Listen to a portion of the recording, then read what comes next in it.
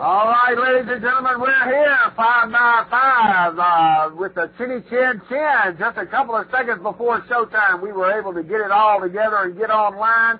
Larissa and Bobby are pulling their hairs out to getting all the phone bridges around the world tuned in.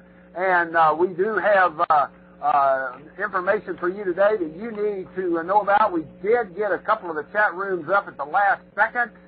Those of you that are out there around the world, you can go into the Skype chat room. You can tune in to the one of the 16 phone bridges that are now in operation. And I want to welcome those of you around the world in every clime and every place, especially to my Marine buddies in every clime and every place. It is Thursday, and as you very well know, on Thursdays we have Bob Chapman with the International Forecaster here with us, and we were able to double check to make sure he was with us just before the show came together, but we're still unable to do a few things with the other computers out there, so it's still a madhouse around here. We've attempted to get pleadings in the federal court today to help 4 individuals to keep their homes, 2 individuals to retrieve their property, and all of this is what I call networking because somebody has to help the American people to know what's going on out there. We have Goldman Sachs, who's been making $1 million a day with some kind of a computerized trade. And that's going to be my first question to Mr. Bob Chapman. And I know Mr. Bob Chapman's got a lot on his plate, a lot of things for you Marines to need to pay attention to and know what's going on out there. Goldman Sachs has been cornering the market, Mr. Chapman, with machine trading and being cited from several bloggers out there. And I've already had some reports today from Marines around the world saying, make sure I ask Mr. Chapman what's going on with Goldman Sachs, and now that they've been kind of semi-barred from the stock market? Well, first of all, there's a revolving door between Wall Street and Washington, and it's been that way for a long time, and at least since I, realized that during the 1940s.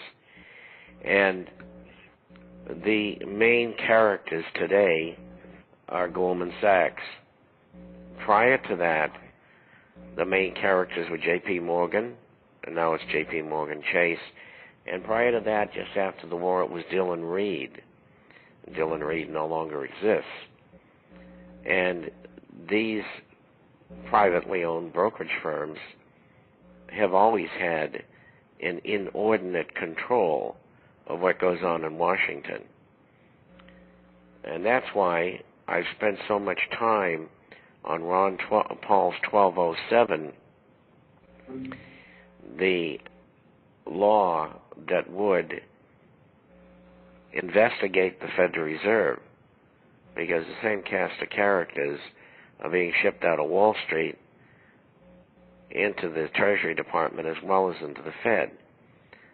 The Fed is owned by 12 regional Federal Reserve banks.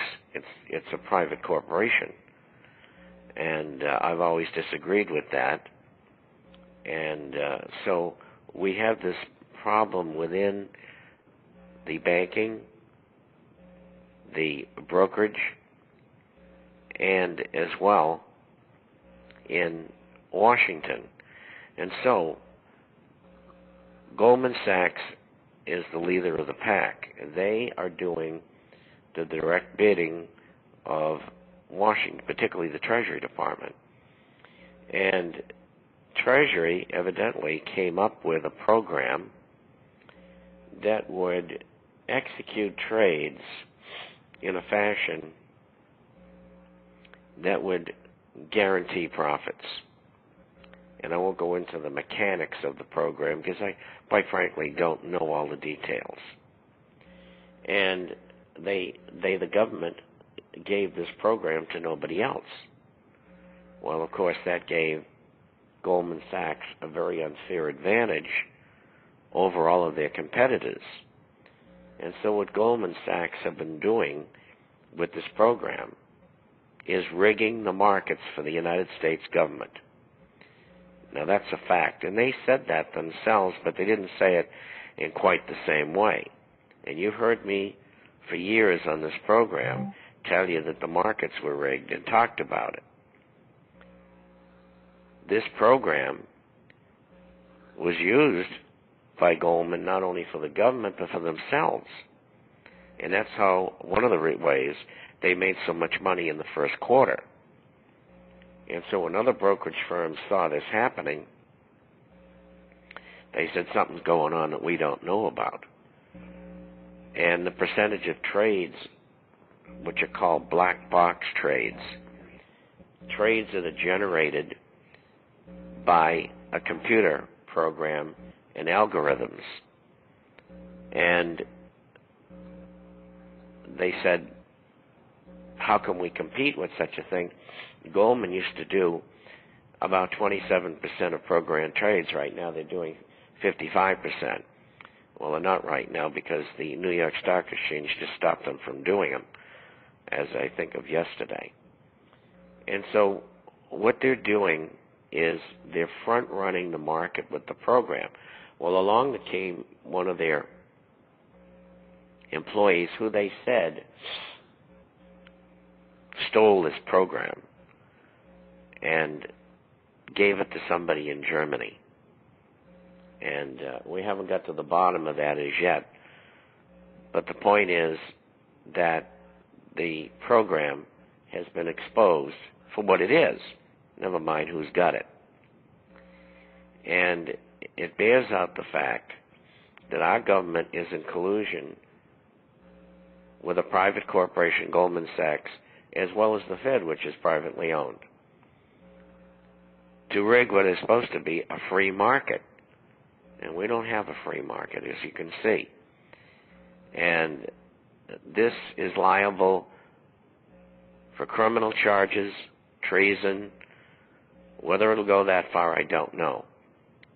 Everybody in Washington will be tripping over each other, trying to cover this thing up. But finally, something has happened to make people realize that it's not only the stock market and the bond market and commodities and gold and silver. They're rigging every market in the world, and they have been since 1988. And they did it before that illegally. And I can prove that. And I wrote an article in August of 1988, and I said, let the rigging begin.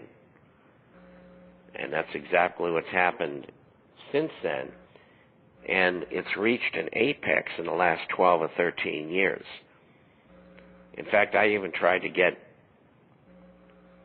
people who were shareholders in Barrick Gold, as an example, to bring a lawsuit against management because Barrick, as it turns out, was working on behalf of the U.S. government to suppress the gold price. There's a gold producer trying to suppress the gold price for the benefit of the United States government.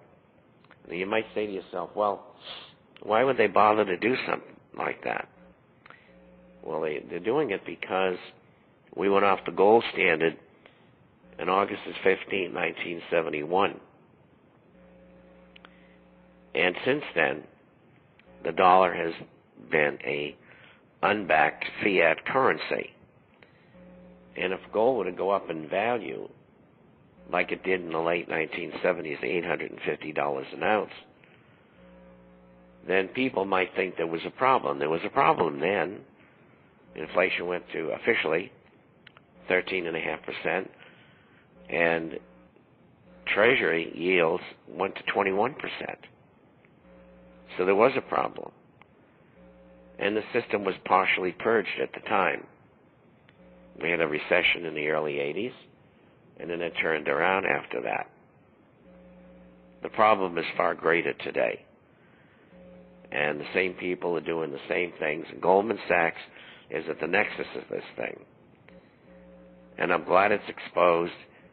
I mean, the world investors needed a break. And this is what we got. I hope we got a break here. And that is to expose the crime, the corruption, that's going on in our markets today.